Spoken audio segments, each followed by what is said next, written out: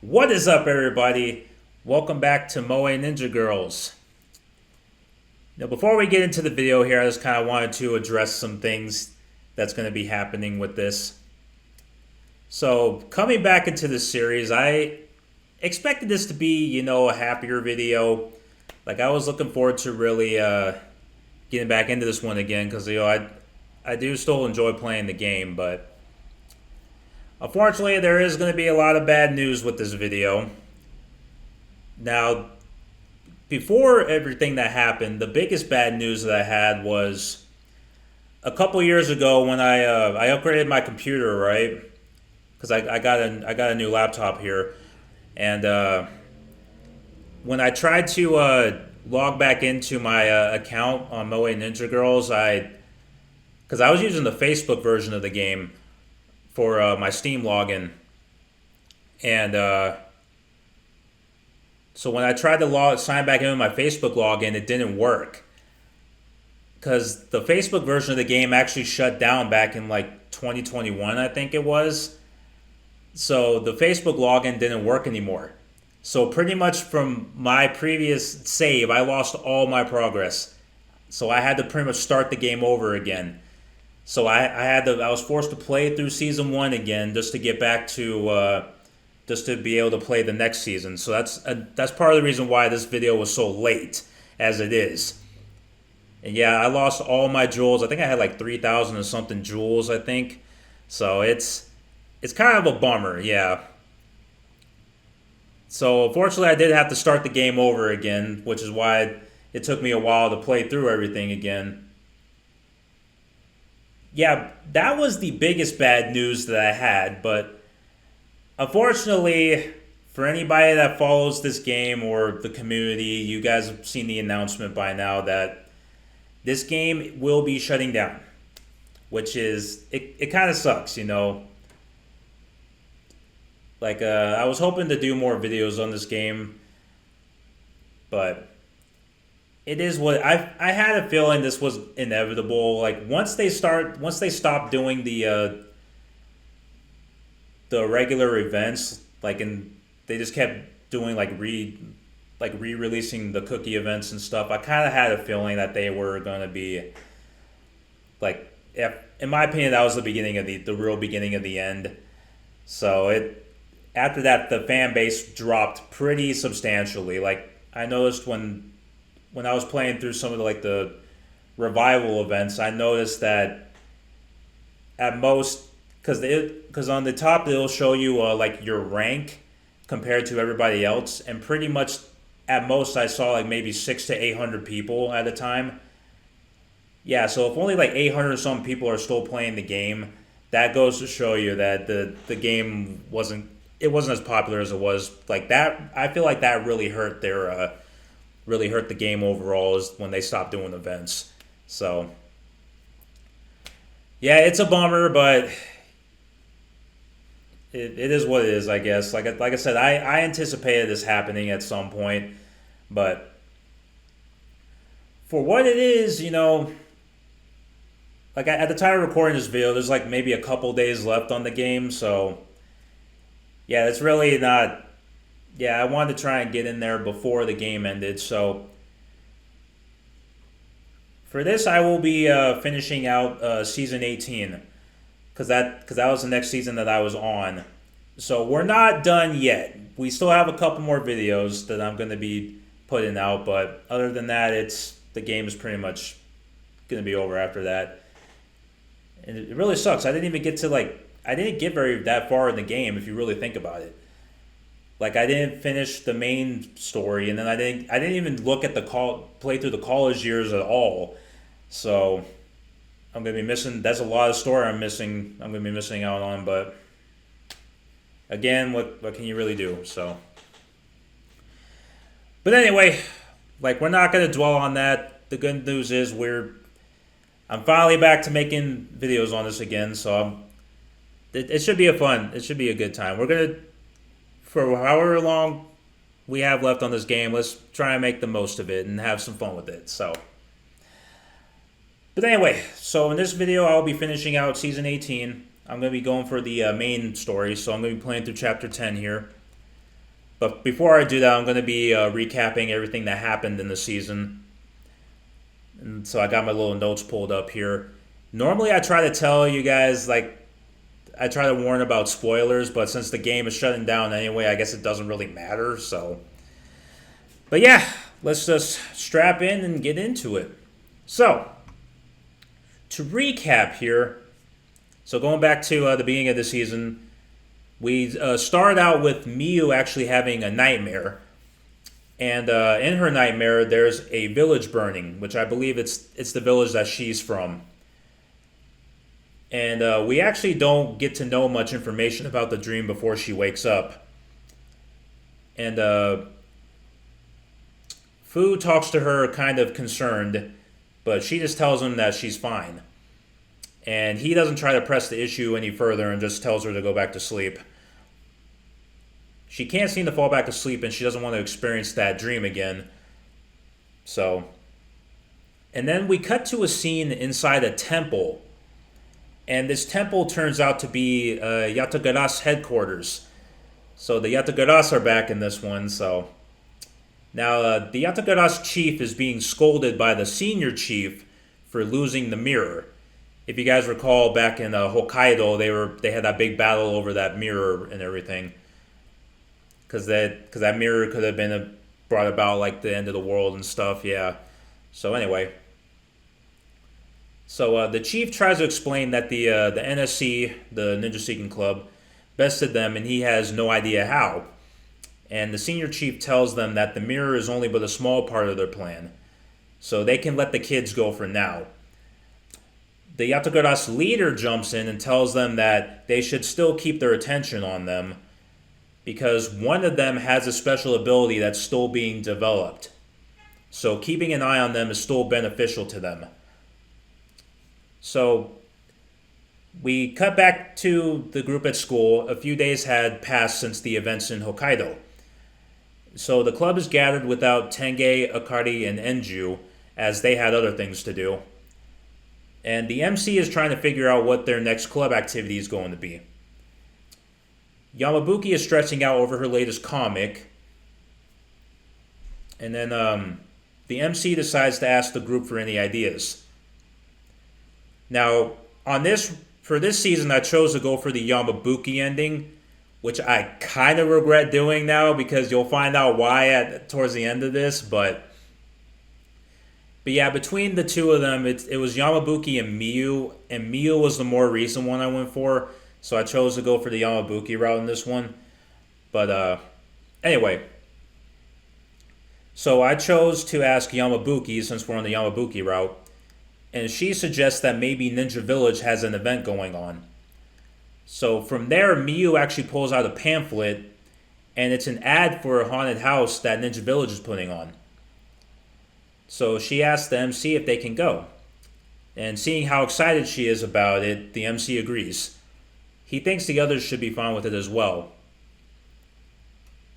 Rika asks to see the flyer, and she becomes anxious. Now, the group teases her for being scared, but she says she can handle it. Yeah, it's been a consistent thing that Rika's been kind of the scaredy cat of the group, but you know, it is what it is. Yamabuki thinks haunted houses are kind of stupid, so she thinks it won't be scary. The MC makes a bet with her that if she gets scared, then she has to do anything he says.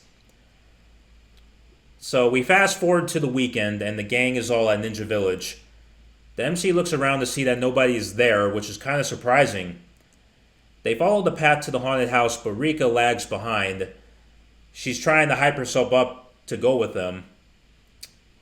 And then from here, we cut to Miyu's perspective, actually. And she's fallen behind even more than Rika is. She stares at the MC and sighs. She was hoping to get to be alone with him. That was the whole point of inviting him to the haunted house. And Fu comes out and tells her that she can still be alone with him. I mean, she does have some competition, but she could pretend to be scared and jump in his arms and tell him her feelings. If she wants to beat out the others, she needs to be more aggressive. The MC sees her at the back of the group and tells her to hurry before she gets left behind. She chases after them, and when she makes it inside, she completely loses sight of them. She follows some arrows on the path, and when she turns a corner, she sees the MC. It appears he got split up from the others as well. She's nervous to walk up to him, but Fu encourages her to take her shot now. So she walks up to him and calls out. He's startled for a moment, but he's happy to see her there. The others apparently went in a bunch of different directions since they couldn't decide which path to take. So Miyu asks if he would like to go with her.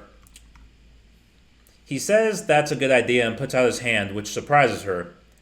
He starts to pull his hand away because he remembered that she loves places like that, so holding hands isn't necessary.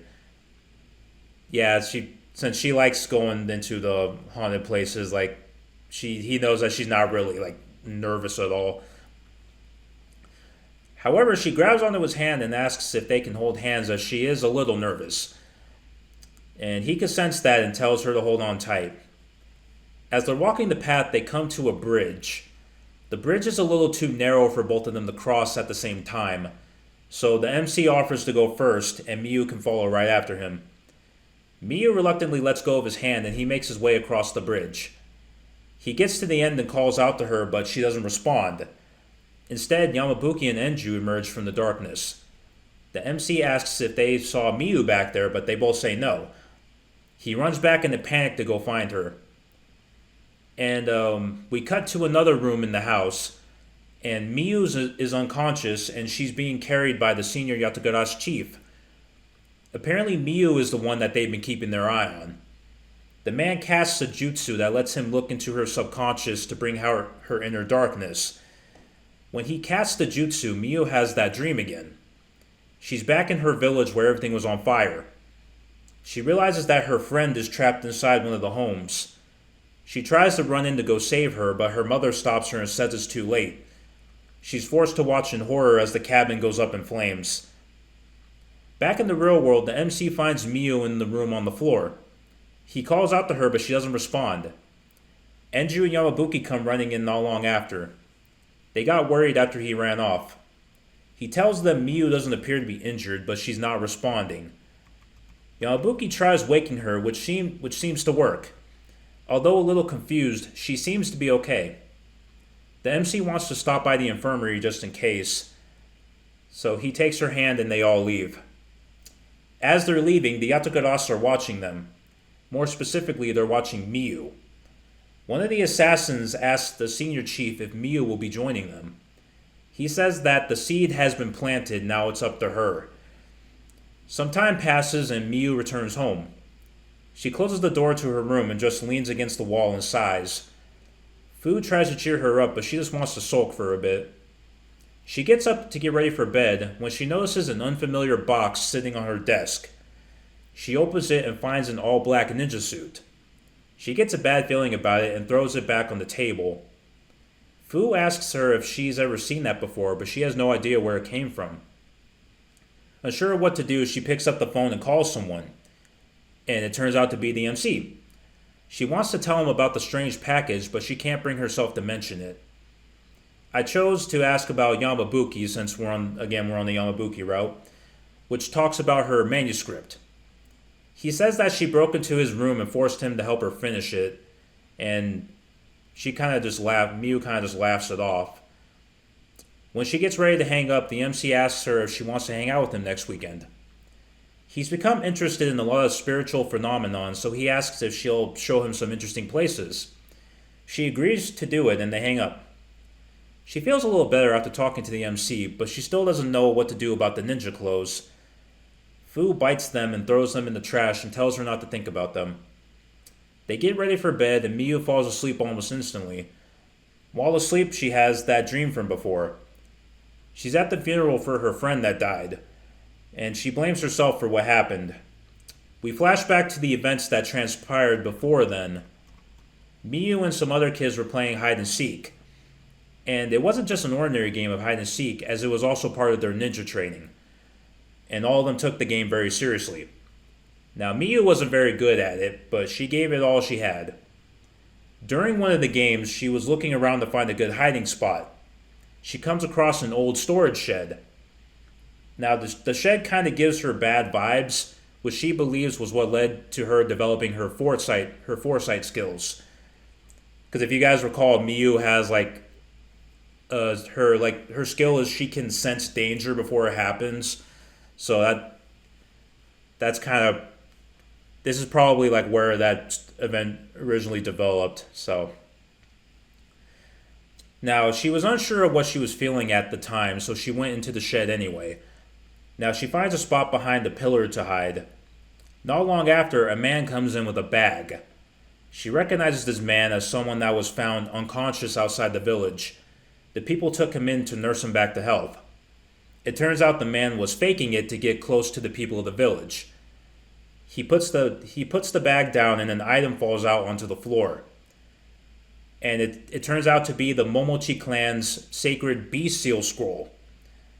Now, Miyu gasps when she recognizes it, and the man hears her.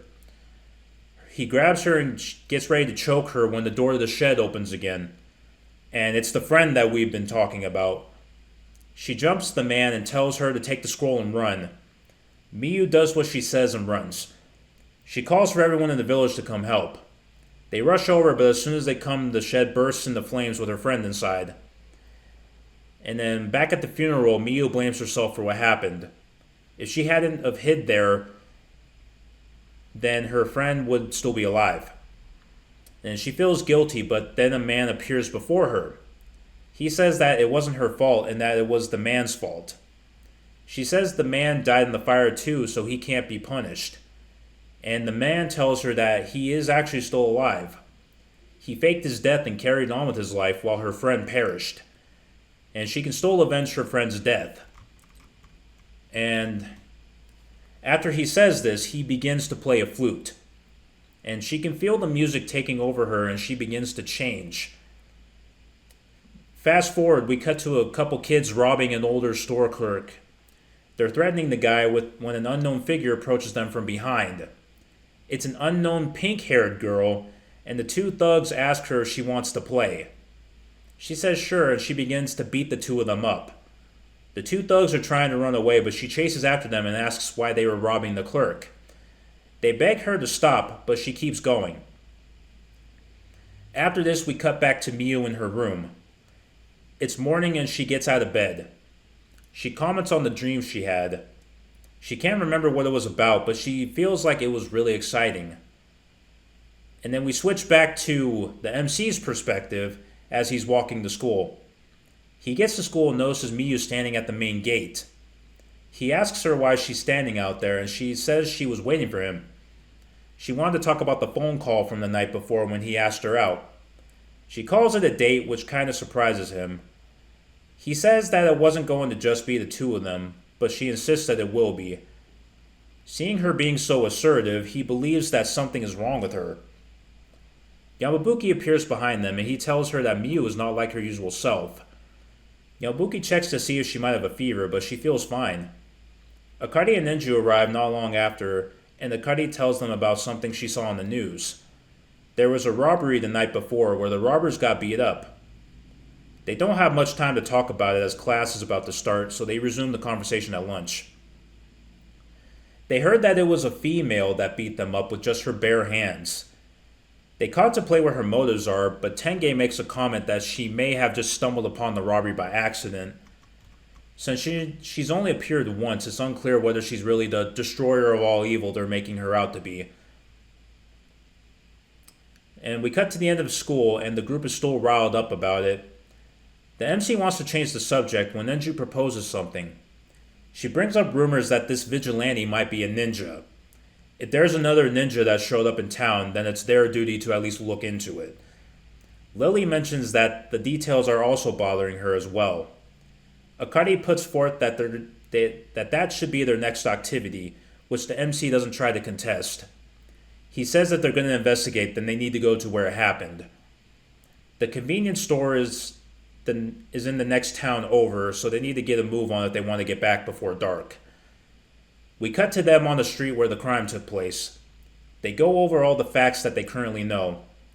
One of the rumors was the assailant tortured them before the cops came. Given all the information, they speculate that it could be Xena or maybe even Ikiru that came back for revenge. Yamabuki and the MC even glance at Tenge as a potential suspect. As they're walking down the street, they take note of all the people in the area.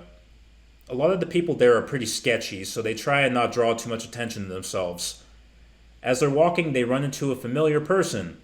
It's the leader of Tenge's fanboys. The MC asks him why he's there, and he says that that's their turf.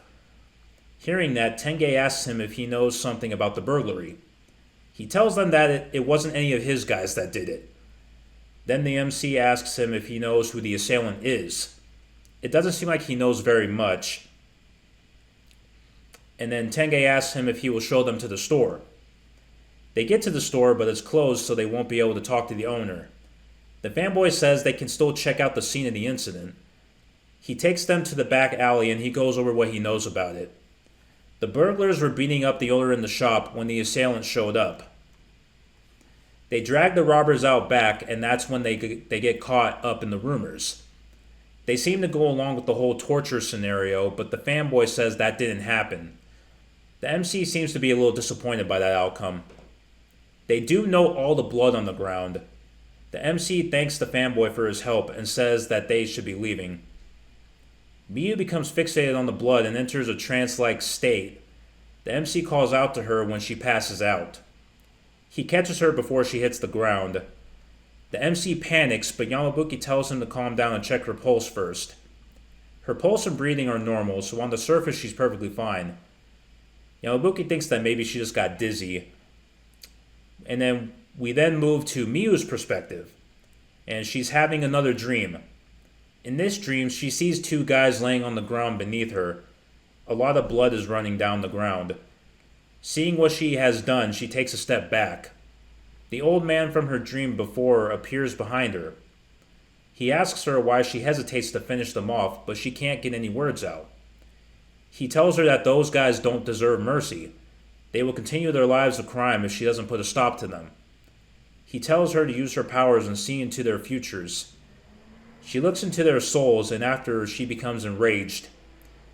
We then cut back to the group in the alley, and Miyu wakes up from her dream.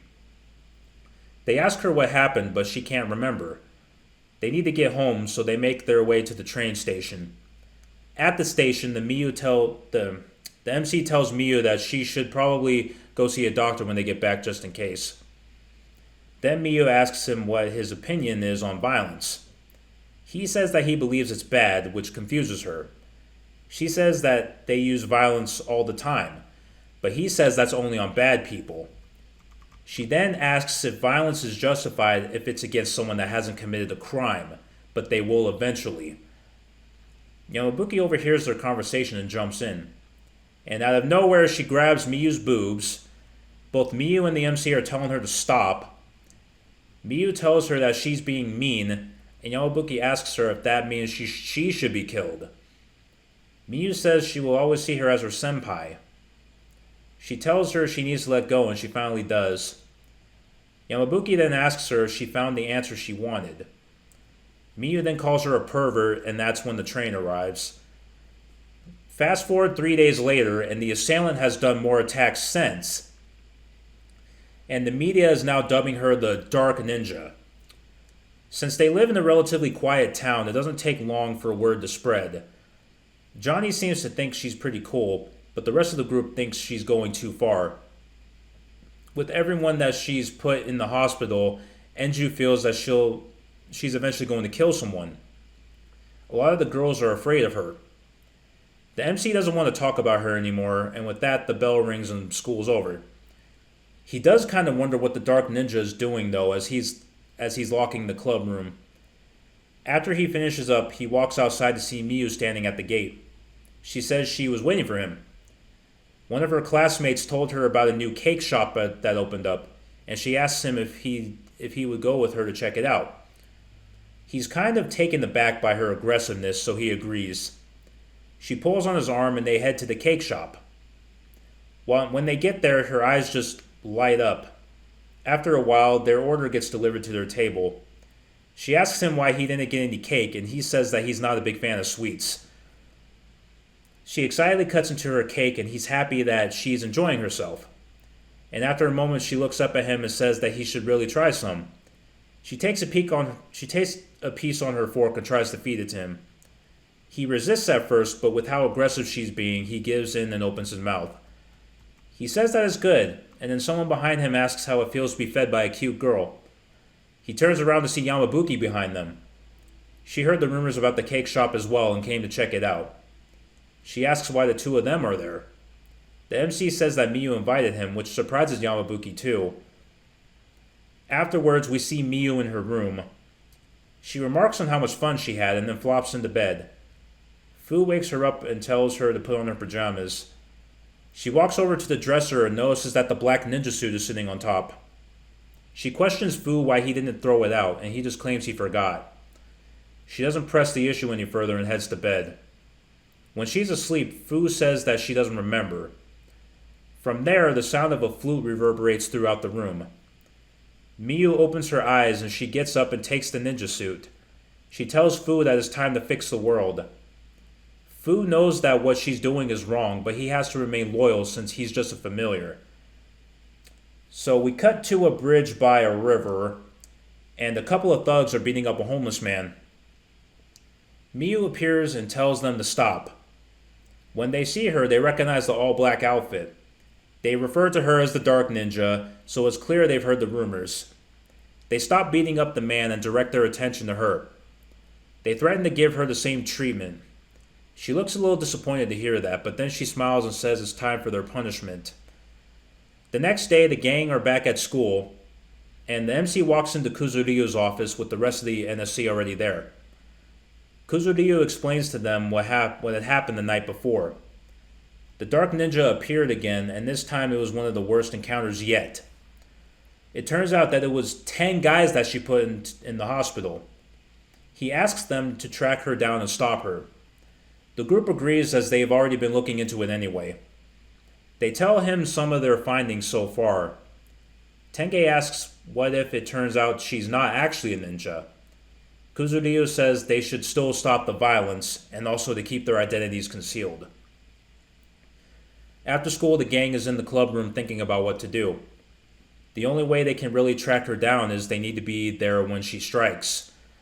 Since she only goes out at night to attack bad guys, they need to hang around bad neighborhoods at night. They head back to their dorms to prepare, and once night comes, they start their patrol. Since there's a lot of ground to cover, they need to split up into groups. They all draw straws to determine the groups. Once they all have their groups, the MC tells them to be cautious. If they see the Dark Ninja or anyone else suspicious, then don't engage and get in touch with one of the other teams first. They all agree and split off. The MC, Miyu, and Yamabuki are on a team together, and we see them walking down a back alley somewhere. Miyu and Yamabuki are both nervous, which the MC tells them to try to calm down. Thugs would instantly try to mess with them if they show any ounce of fear. They need to look like they belong there. He tries to show them how it's done by puffing out his chest and acting tough. He takes one step and he steps in something. He starts freaking out, which turns out to just be gum. Yamabuki is laughing at him, which they're all relieved that it wasn't something more serious. Since it's going to be a long night, Yamabuki pulls out a picnic basket with takoyaki inside. She offers them to the two of them. The MC asks if she's going to have any, but she says that she made them for them, so she'll have whatever's left. The MC is a little suspicious of that, which I chose the answer to pass on the food, because again, that was the Yamabuki choice.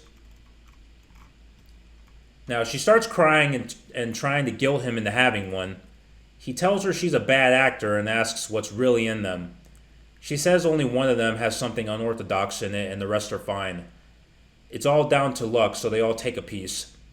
They all take a bite, and the MC and Miyu think it's really good. Yamabuki, on the other hand, gags and drops to the ground. It looks like she got the bad piece. Miyu offers to go get them a drink from the vending machine. She runs off, and the two of them are there doing their usual banter. Around the corner, they hear some thugs in the distance. They hear one of the thugs mention the Dark Ninja, so they immediately head over there. They see some thugs huddled in a circle, and in the middle they see a shorter person dressed in black. The MC can't seem to get a good look. Yamabuki gets a glance, but then immediately looks away. It seems like she figured out who the mystery girl is. A moment later, Miyu comes running back with their drinks. Yamabuki is shocked to see her there. Miyu asks what's happening, and the MC points at the group of thugs. The thugs are beating up the Dark Ninja pretty bad, which kind of surprises the thugs given her reputation. The MC has an idea. He asks Miyu for one of the drinks she got. It's a carbonated drink, which he shakes it up a lot. Once it looks like it's about to pop, he throws it at the thugs. The drink explodes, covering them all in soda. He uses the opportunity to knock out one of them. A couple of them try to run away, but Miyu and Yamabuki are already standing behind them and put them in arm locks. The MC threatens the rest of them and they all scatter like flies. After the thugs clear out, then the Dark Ninja starts talking. She asks them who they are, but the MC wants to do the questioning. She asks if he's the real Dark Ninja, but then realizes that he can't be because he's not a girl. It appears she's a copycat. They ask her why she's pretending to be the Dark Ninja. She tells them that her friend was beat up by those thugs. He nearly got killed trying to save her. She read about the Dark Ninja in the paper, and she thought that she could get revenge for her friend. Yamabuki tells her that her friend wouldn't want that, and she should be with him while he's recovering. The MC also tells her that if she got hurt, then her friend would never forgive himself. With that, they walk her back to a safer area, then return back to the alley. They run into Enju and Lily, who are surprised to see them there. The two of them ask if they found anything, but the MC says not much. Enju and Lily kind of hit a dead end too. They asked around, but all the eyewitness accounts give varying descriptions, so they don't know for sure what she looks like. Enju says if only someone took a picture of her, which gives Yamabuki an idea. She says she could draw a picture of her. The MC doubts her skills at first, as she's mostly just a manga artist. She shows him a sketch of everyone in the club, which portrays all of them in very realistic detail. That convinces him, so he tells her to give it a shot. The next day, Yamabuki texts everyone to meet her at the station. The MC gets there early, which he's surprised to see Yamabuki already there. She tells him that they're going to go visit one of the victims at the hospital and get a more accurate description. The MC thinks that they're going to go see one of the thugs that got beat up, which makes him a little nervous. Yamabuki says that it's actually the convenience store manager, which makes him feel a little better. Before they do that, Yamabuki says that she hasn't eaten yet, and she heard that a new Italian restaurant opened near there. They have some time before the others show up, so she and the MC go check it out. They finish their lunch and head back to the meeting spot. I kind of cut out some stuff here just because it wasn't relevant to the main story, so anyway. The rest of the gang are already there. With everyone there, they head to the hospital. At the hospital, the MC reveals to everyone that the convenience store manager is the one they're going to see. Since he was involved in the first attack, he would have gotten to see her up close.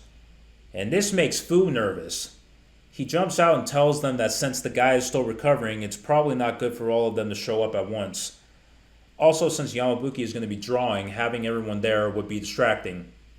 The MC is a little confused at first, but he understands what he's trying to say. He suggests that Miyu and Yamabuki should go and they wait outside. Now Miyu is confused why she should go. The MC tells her that since she got him a get well gift, it would be better for her to give it to him herself. And Yamabuki also feels that her calming aura might get him to let his guard down. Fu again freaks out, which makes the MC a little irritated. Fu claims that he has a stomach ache, which now makes the MC surprised. He asks Miyu if familiars can even get stomach aches, which even she's surprised that she's never heard of it. Eventually, Yamabuki says she'll just go alone. She does agree with Fu that being alone would help her focus more. But the MC tells her not to forget the gift. An hour goes by and Yamabuki finally comes out of the room. They ask her how it went, but she says she couldn't get a sketch. She claims that he said it was too dark to see anything, so he couldn't get a clear look. They're all disappointed, but the MC still believes that the sketch is still their best bet. They just have to find someone that has seen her clearly. Yamabuki gives them a bitter smile, which the MC feels that it seems a little forced. Later on that night, the MC is in bed when he feels something on his chest. It turns out to be Yamabuki, and she's telling him to wake up. He thinks that it's just a dream, so he starts teasing her a little. She punches him in the stomach, which then snaps him out of it. He scolds her for being in the boys' dorm, but she says she has something to tell him. Before she can say anything, they both get a text on their phones. It's from Akari, and it says that the Dark Ninja is by her house causing trouble. This might be the one chance they have to catch the Dark Ninja, so they head over there. As they're running, the MC asks Yamabuki what she wanted to tell him. She tells him it's nothing, but he can't help but be a little worried. The two of them get to Akari's house, and they see Akari, her mom, Sai, and Xena standing outside. Xena fills them in on what happened. Apparently there was a scuffle between two drunk guys. A bystander tried to step in to stop it, which just made the situation worse. Things escalated into an all-out brawl after that. The Dark Ninja showed up and beat up everybody, even the bystander, which is a little unusual. The cops showed up and she ran off. Yamabuki says that she has to be long gone by now, but Xena says she's still around. She set up some infrared sensors around the shopping mall, which is still tracking her. She gives them some communicators which will allow them to get in touch with either her or Sai. With that, the MC and Yamabuki head towards the shopping mall. They get to the scene of the fight. There is a crowd there trying to see what happened, but the police are trying to get them to leave. The MC is kind of surprised that she managed to beat up all those guys by herself. While contemplating, Sai starts speaking over the communicator. She tells them that the Dark Ninja is in an alley close by.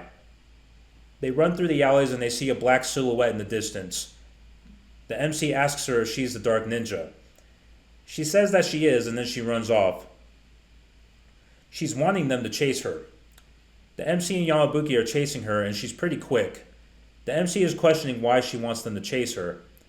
He assumes that she could be leading them into a trap, but they have no choice but to press on. They turn a corner and notice she's not there anymore. The MC figures out that she's running along the rooftops now.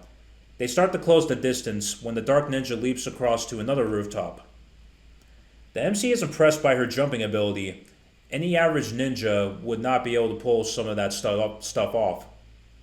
She's going to get away at that rate, so the MC calls to Sai to see if there's a way to cut her off. Sai has a plan, but the MC and Yamabuki need to split up. The MC tells Yamabuki to keep chasing her, and he's going to make a little detour. Sai tells him to stop in front of a butcher shop. She gives him the signal, and he leaps back up onto the rooftops. He's now directly in front of the Dark Ninja's path. He tells her there's nowhere to run now. Yamabuki is closing the distance from behind as well. The Dark Ninja still has another trick up her sleeve. She leaps high into the air and flies right over the MC. Sai comes on the communicator and tells the MC that she's heading for a dead end and they can still catch up. The Dark Ninja has her back against the wall with the MC right in front of her. He asks her if she's really a ninja, but she doesn't want to reveal her secrets just yet. She gets into a fighting stance when Yamabuki moves in between them. The Dark Ninja is annoyed that she's interrupting their battle. Yamabuki tells her that if she wants the MC, then she's going to have to fight her too. The Dark Ninja pulls out a whip. At first the whip is visible, but then it disappears in her hand.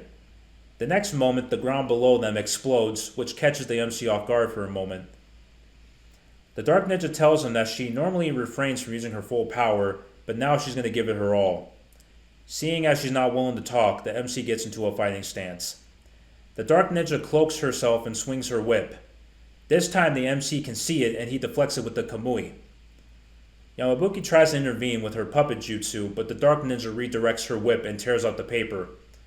She tells Yamabuki not to interrupt and then she kicks her into a fence. Yamabuki staggers to her feet. The MC asks if she's okay and she says never better. The MC tells her that he has a plan and needs her help. Yamabuki lifts her brush over her shoulder and tells him she's ready. With that, the MC starts rushing the Dark Ninja. She's surprised at first, but then tells him that she's disappointed. She dodges the attack, but it was just a setup for Yamabuki to do her thing. Yamabuki gets out another piece of paper and gets ready to summon another puppet. The Dark Ninja once again destroys it. She gets ready to fight her again, but Yamabuki swings her brush and throws ink in her eyes. The Dark Ninja wasn't expecting that. Even the MC was surprised since she usually doesn't do physical attacks. The Dark Ninja leaps back covering her eyes. This leaves her wide open for the MC to close the distance. He reaches out to grab her, but she just narrowly avoids it. This causes him to lose his balance for a moment. Thinking about what Yamabuki risked to give him that opening, he regains control and reaches for her again. This time he manages to grab her. He's reaching behind to hold her, and he can feel her boobs on the back of his head. He tells her that it was an accident, but she's not buying it.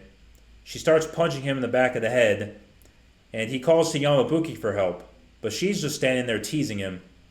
After a bit, the Dark Ninja has had enough and gets ready to make her exit.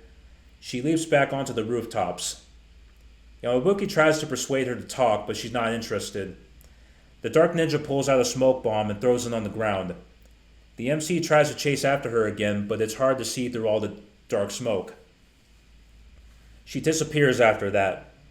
The MC asks Yamabuki if she managed to get a look at her face. She was more focused on the fight than anything else. A little while later, the rest of the NSC show up. They see the state that the alley is in, which really surprises them. Rika and Miyu finally join the group.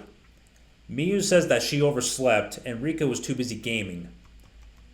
Rika asks where the Dark Ninja is, but the MC says she got away. Yamabuki asks if the two of them met up at the dorm, but Miyu says she got there before Rika did.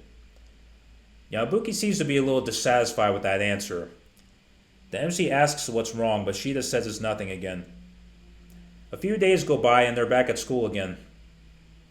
The Dark Ninja hasn't shown up since then, which makes the MC wonder if they missed her only chance to catch her. He's sitting in class daydreaming when he gets hit with a piece of paper. He looks out the window to see Kikuko standing there. He unfolds the paper and it says to come to the secret room and don't tell anyone. During lunch, he gets to the secret room and finds her there. He asks about the others, but she only asked him to come.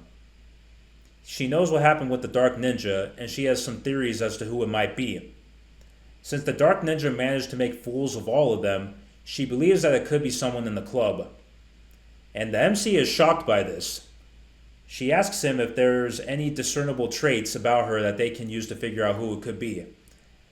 Now, I chose the stacked choice, since that's the main thing he commented on during the fight. Because the choice here is actually, it doesn't affect either of the girls, so I just picked the stacked one since he made a comment on that she has huge tits. So anyway, so she calls him an idiot, rightfully so, but it's possible that they could use that in some way. The problem is half the girls in the club have huge tits, so narrowing it down won't be too easy.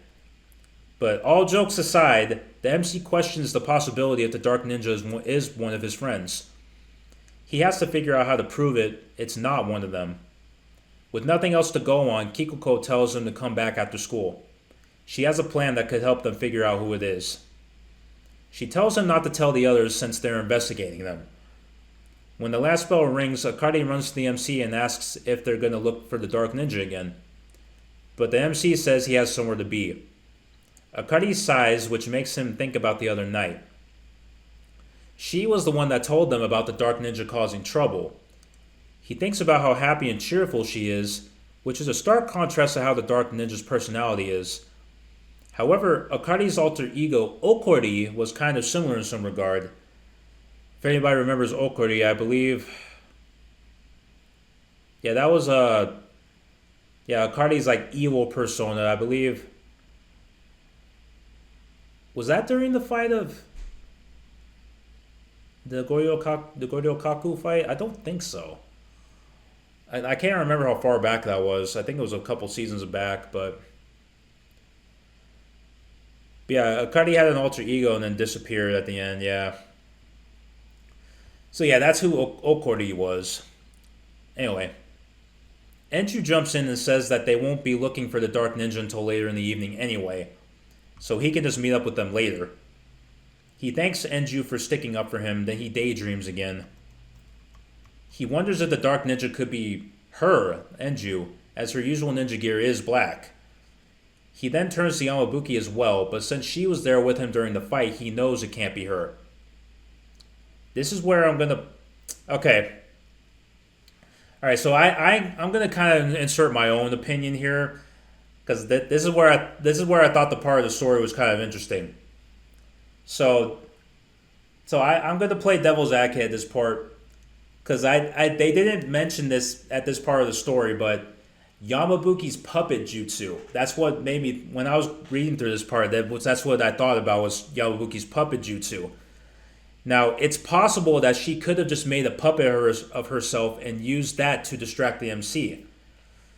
However, her jutsu has been known to not last very long in the past. So with how long they were tracking the Dark Ninja, there's no way her puppet would have stayed alive for that long. So unless she went through some rigorous training arc that we don't know about, that scenario I feel like is unlikely. But I just thought it was important to mention, just because that could be that could have been a possibility. I thought at the time. So anyway, as they're getting ready to leave, he winks at Yamabuki to get her to stay behind. When Enju and Akari leave, the MC asks her to come with him. They get to the secret room and they see Kikoko and Sai setting up something on the TV. The TV screen comes on and they see what looks to be the club room. The MC is thinking to himself, why do they have a camera set up in there? Yamabuki pokes her head out from behind the MC and says she wants to spy on people too. Now, Kikoko is surprised to see her there as she told him to come alone. The MC says that Yamabuki can't be the Dark Ninja as she was with him during the fight. Yamabuki asks why that's important. The MC tells Kikoko to explain. He asks her why the club room is on the TV. She says some cameras were installed in there as well as the girls' rooms too. They say it's to help find the Dark Ninja, but they're both clearly excited to see what goes on with the girls in private. Now the MC isn't comfortable with it, and he tries to get Yamabuki to back him up, but she's excited to see it too. So being the only one opposed to it, he has no choice but to go along with their stupid plan. He tells them that it's just to find the Dark Ninja and nothing else. So they switch to the club room cam, but there's no one in there. The MC says that everyone is supposed to be out on patrol. Both Sai and Kikoko are disappointed to hear that. A moment later, they hear footsteps coming from the club room, and it turns out to be Nanao. Now, they're a little confused as she's supposed to have archery practice, so they're wondering what she's doing there. They see her looking for something in the storage cabinet, and with how strange her behavior is, they think she might be the Dark Ninja. Eventually, she finds what she's looking for. They see her hold up a book, which turns out to be one of Yamabuki's doujins. Apparently, her publisher had a mix-up, so there were some extra copies that weren't sold. And she decided to store them in the club room, which mildly annoys the MC. It turns out Nanao is a big fan of her comics, and that edition isn't sold online. That's the only way she could read it. She's giving her feedback out loud when Yamabuki cuts the feed out of embarrassment. A moment later, Kikoko gets a call from Xena. Xena is watching the cameras too, but the feed on her end got cut off. She wants Sai and her to come help fix it. Kikoko tells the MC and Yamabuki to stay and keep watching. The MC still doesn't feel good about it, but he still decides to go along with it. A few hours pass when Sai and Kikoko get back. Kikoko asks them how things have been while they were gone. They say that apart from seeing what the girls do with their alone time, they don't feel like there's anything too suspicious. Kikoko begins to doubt her intuition. There's still one girl left they haven't checked, which is Miyu.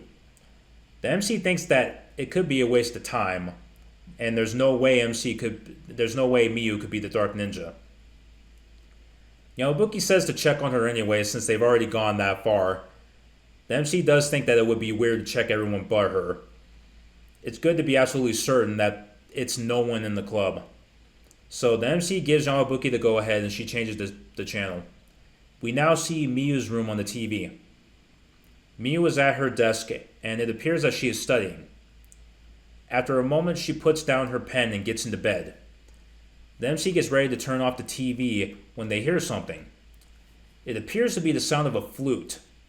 After that, they see Miyu get out of bed. And she walks off screen, and when she appears again, she's dressed in all black. They see her move to the window, and she says it's time to punish evil again. Now, the MC can't believe what he just saw. He's questioning whether it's really her or not. Yamabuki says they can still catch her if they leave now. Sai says she'll hang back and watch her from there. The MC and Yamabuki make it to the courtyard. They're trying to figure out which room is hers, when Sai starts talking on the communicator. She tells them that she already jumped from the window. And a moment later, they look up and see a dark figure flying above them. The MC asks Sai where she's heading, but she says she can't track her with those cameras anymore. So she decides to come meet them. The MC looks back up to see if he can find her. And Yamabuki says that she needs to show him something. And the MC could tell that she's been hiding something for a while. She pulls out her sketchbook, but she's afraid to show him. And he figures out that she probably wants to show him the criminal sketch. He asks her if she was actually able to get a sketch, and then she flinches for a moment. She can't keep hiding it anymore, so she shoves the book at him. He opens to a page and he sees a girl that looks just like Miyu. He asks why she didn't show them sooner, but she knew nobody would believe it. And she didn't want to believe it either. He hands the book back and she apologizes. And he understands. If he was in the same situation, he probably would have done the same thing. They don't have time to dwell on it, so they get back to finding Miyu. They're not sure how to track where she's going.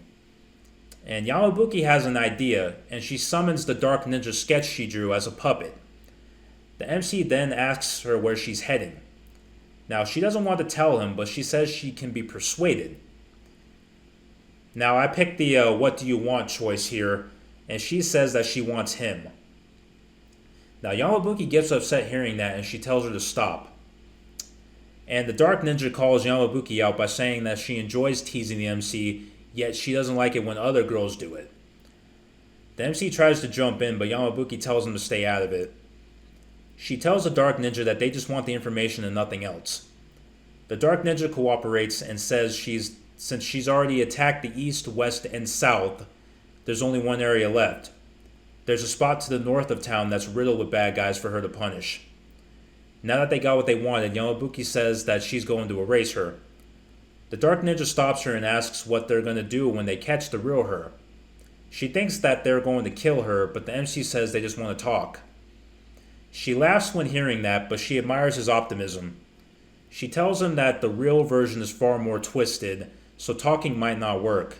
And with that, the puppet disappears. Across town, we cut to the real Dark Ninja surrounded by a bunch of unconscious thugs.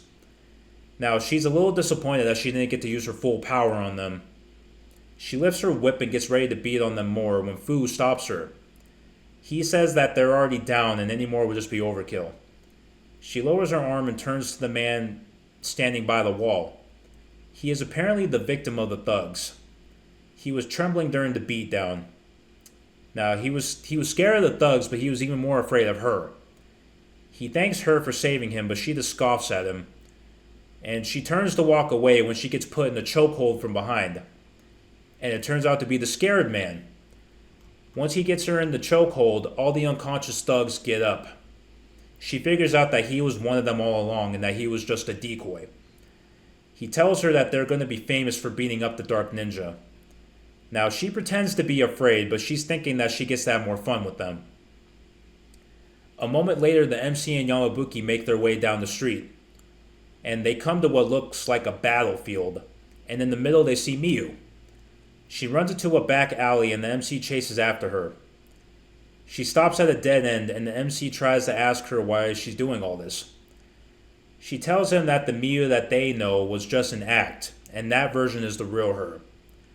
The MC tries to think back on all the time they spent together, and that makes her happy that he cares about her. Yamabuki asks her if that's the reason she did all this was for the MC's attention. She tells her that they wouldn't understand and they really don't know anything about her. But if they really want to know, then she'll tell them anyway. And that is where we are at in the story.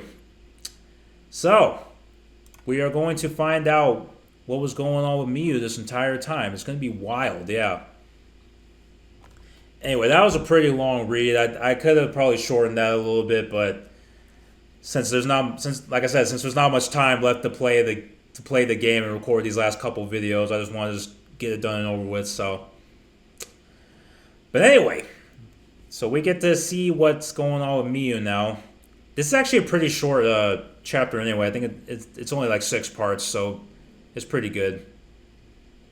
So, anyway, we'll just jump into it now.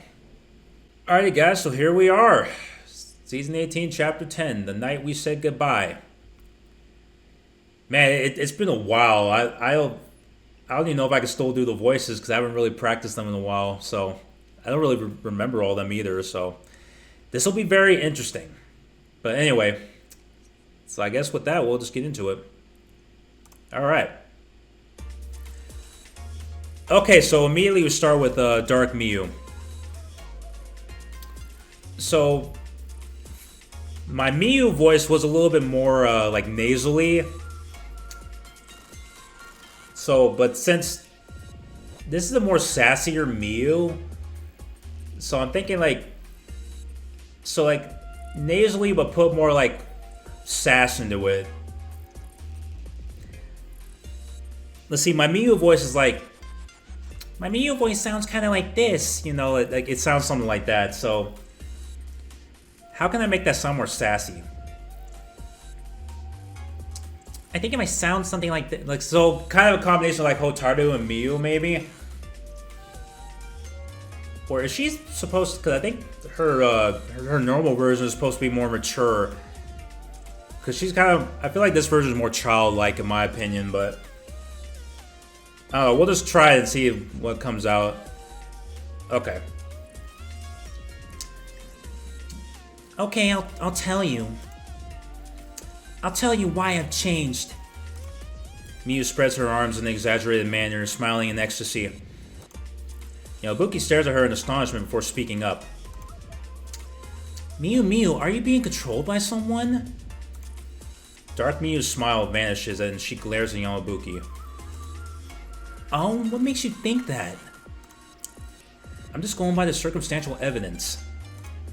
I mean, you were perfectly normal before you went to bed. But once you woke up, you were a completely different person. You changed into the Dark Ninja. You've been watching me? How? How dare you invade a young lady's privacy? Seeing that you're not denying it, it looks like my assumptions were right, yeah? Yamabuki stares at Dark Miyu, but she simply glares back at Yamabuki in silence. Miyu, don't tell me that. You've been brainwashed, you have multiple personalities, or you're sleepwalking. Okay, we already maxed out Yamabuki here, so we can just pick whatever, I guess. Multiple person... I guess let's go with the whole... I guess we'll go with the brainwashed route, because I am curious if she actually admits to it. Have you been brainwashed? Maybe. Her personalities are being swapped when she's sleeping. That way, the real Miyu would have no memories of any of this when she wakes up. Am I right? Yabuki and I stare at Miyu. She smugly grins and spreads out her arms. You're close. But I'm not being controlled by anyone. I am one side of the real Miyu. Miyu truly wishes to eliminate those who do evil. Miyu really feels this way? Oh, Akari. I haven't done the Akari voice in a long time either, so this is going to be interesting. Mitsuge! They went that way? I hear Akari and Ninju's voice coming from the narrow alleyway. Mitsuge, the head of the student council called us! So, that's the Dark Ninja. Huh? Miyu? Akari gazes at her with puzzled eyes. Well, why is Miyu here? I'm here. I've been looking forward to meeting you, Dark Ninja. Johnny looks at Miyu dressed in all black. What the? Why is Miyu? Take a guess, Johnny-senpai. That can't be. What's the matter? You look confused. Okay, it's coming back to me a little bit. The Akari voice, I think, is probably one I'm like having the most problems with because I haven't warmed my voice up for that one.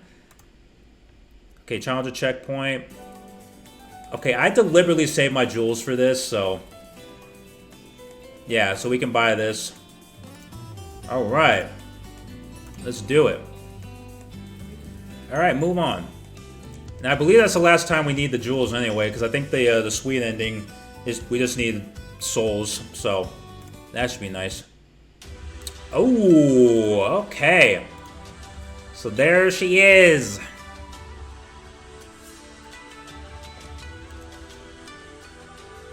It's a pretty cool shot, I think. Alright. You guys look stiff. I thought you wanted to meet the Dark Ninja. You're ruining the fun with those frowns. Miu, why are you doing this? It's simple. Because I wanted to. There are countless fools in this world that refuse to change through words alone. All I'm doing is ridding the planet of these bad people. What's wrong with stopping evil? Right, Akari-senpai? With a provocative smirk, Miu quietly stares at Akari. What you're doing is wrong! Yes, there are people who refuse to change even after pointing out their dishonest ways. But just giving up and resorting to violence? That isn't you, Miu. Miu isn't that kind of person. You're naive if you believe that, Akari-senpai. You kind of remind me of the old me. Do you truly think we can convince all the human garbage in the world to stop being garbage? What, do you plan on traveling around the world, talking to each and every one of them for the rest of your life? People who have done wrong, people who are thinking of doing wrong, people who can only one day do wrong. There are countless people like that. When will the holy rain fall to purify these people? It won't, so somebody's got to do it. Lily watches Miu ramble on before taking a step forward. Her quiet voice seething in anger, she glares at Miu. Oh. Lily is not one to like get mad a lot, but when she gets mad, she's like, she can be scary. So, you're saying you get to decide who is evil and who dies? Your hubris, the belief that you are righteous, is the most evil thing in this world. Ouch, how rude. I may be a bad person, but I don't attack just anyone. Oh, do I like this one better? I kind of like this one a little bit better. I might go with this one as a thumbnail. The only ones I dispose of are those who do evil, and thanks to that, there will gradually be less bad people. Are you telling me that you'd rather have those idiots hurt innocent people? Are you trying to say you're a necessary evil? I like the sound of that. Oh, nice. Okay. Hell yeah. Now, let us end this ridiculous conversation. Miu slaps the ground with her whip. The tip of the whip, moving faster than the eye can see, cuts through the surrounding concrete and asphalt. I'm done pretending to be your friend. With those words, a group of men dressed in all black leap down from the rooftop. Oh shit, really? So she has backup. They have matching black garbs and veils to hide their faces. Is that the Yatagaras? What are they doing here? The Yatagaras assassins get on one knee before Miu. It is as if they are loyal followers bowing before their master. We have come for you. I'm not a child, and I never asked for you to come get me. You received orders from above. This way, please. Our leader is waiting for you. Okay, I guess now would be a good time anyway. Let's go. After putting away her whip, she begins to walk over to the Yatagaras assassins. Wait! What? Do you really think we're just going to let you leave like that? Oh, so you want to make things difficult. Dark Miu raises her whip high into the air, then points it in our direction. Deal with them. Yes, madam. The assassins instantly disperse after receiving orders from Miu. They get into a fighting stance as they try to surround us. While the assassins close in, Miyu turns her back to me and rushes toward the back of the alley. Miyu! You go after her, Mitsuge. We'll take care of things here. Alright. But right as I try to go after her, an assassin slides in front of me. I will not allow you to go after her. Prepare to die. Out of the way! The assassin before me rushes into attack. But when he raises his weapon into the air, a bolt of lightning flies over my shoulder and hits him. What? Mitsuge, now! Enju's lightning jutsu creates a brief opening in the assassin's encirclement. Immediately capitalizing on the opening, I rush after Miyu. Wait! Mitsuge, wait! You just don't know when to give up. I stare at Dark Miyu after having cornering her against the wall. Don't go. Oh shit.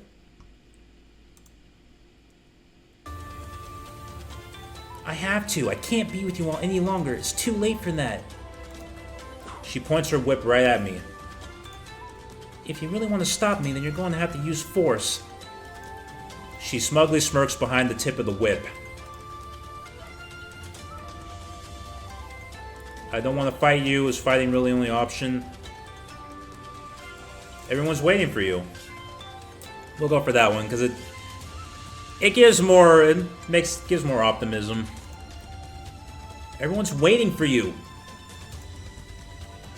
Yeah, come back. Besides, that black ninja garb doesn't look good on you. Heh. Heh heh. Oh, are they? Sorry, but they no longer mean anything to me. Anyone who gets in my way is my enemy, and I will not hold back. Miyu. Is fighting really my only option?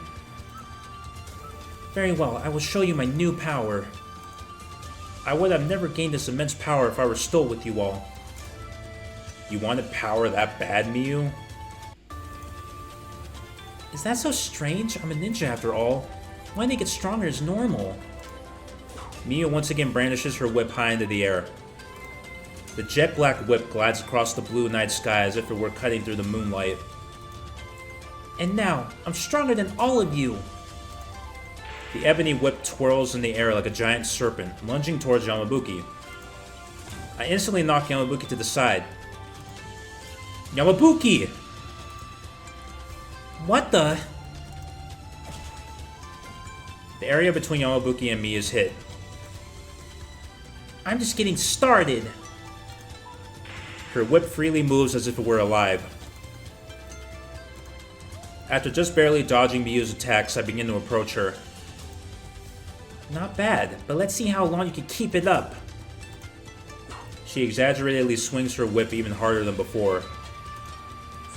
It's even quicker than it was a moment ago. All I can see is the flash following the strike. It's so quick that it almost looks like multiple whips are raining down from above. Rolling on the ground, I am somehow able to dodge the hail-like attacks from above. But even then, one strike nicks me on the cheek. Ugh. I feel an intense burning sensation on my face. Mitsuge, your cheek! I thought it was only a scratch, but it's bleeding a lot more than I thought it would. Dark Miyu briefly pauses her attack, then yells to me.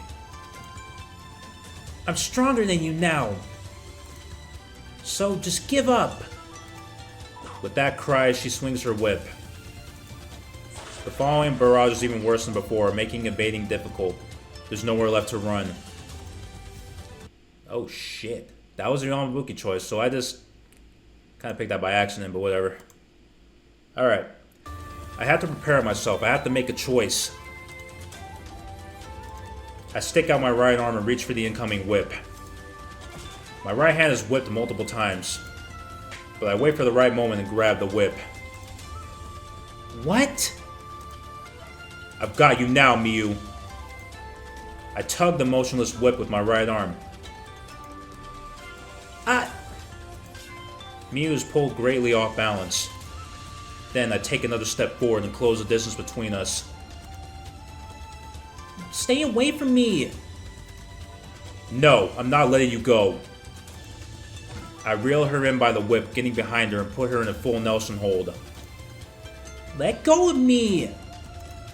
I desperately hold on to her as she thrashes about while I talk. Miu. Let's stop this. Using force to get someone to do what you say isn't right. I hate seeing you like this. Enough of the drivel. If you're not going to let go of me, then I'll take us both out. She swings her whip at both of us until... Fool. You underestimated who you were up against. I feel something hit my back and a sharp pain immediately shoots through my spine as if I had been cut with a blade. What? The excruciating pain from the surprise attack caused me to weaken my grip around Miu. After breaking free, Miu jumps back and puts some distance between us. Where do you think you're looking? An old man in a black hood emerges from my shadow. What? Taking me by surprise, he leaps toward me with an iron claw equipped on his right hand.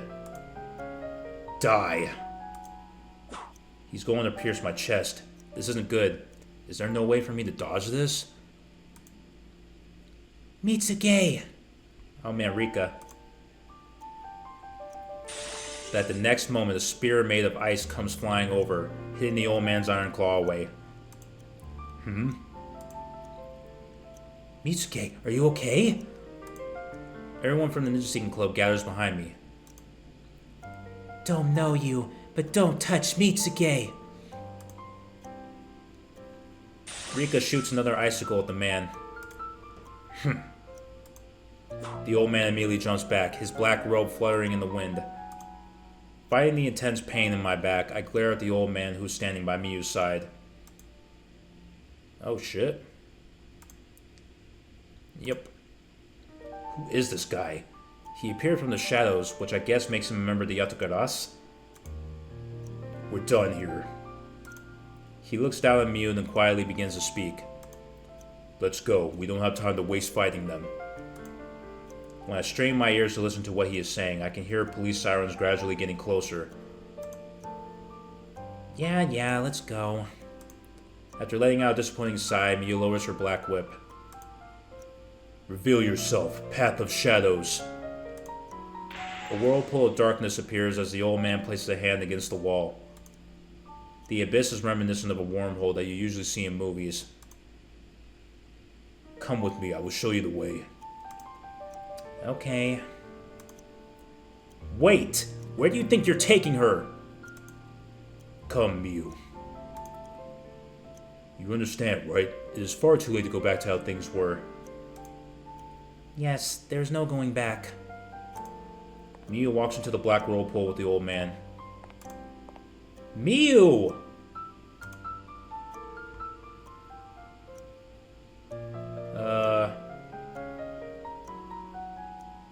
Don't go, we're not your enemy. Why? These are all interesting choices. I kind of like this one, is because it's like, why would you do this? You know, like... Yeah, I kind of like this one. Why? Why are you going with them? However, Miu does not respond. The old fossil stands before Miu and Mia as if to protect her. Like, you old...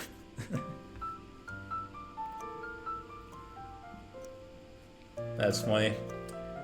Miu feels that spending any more time with you all is meaningless.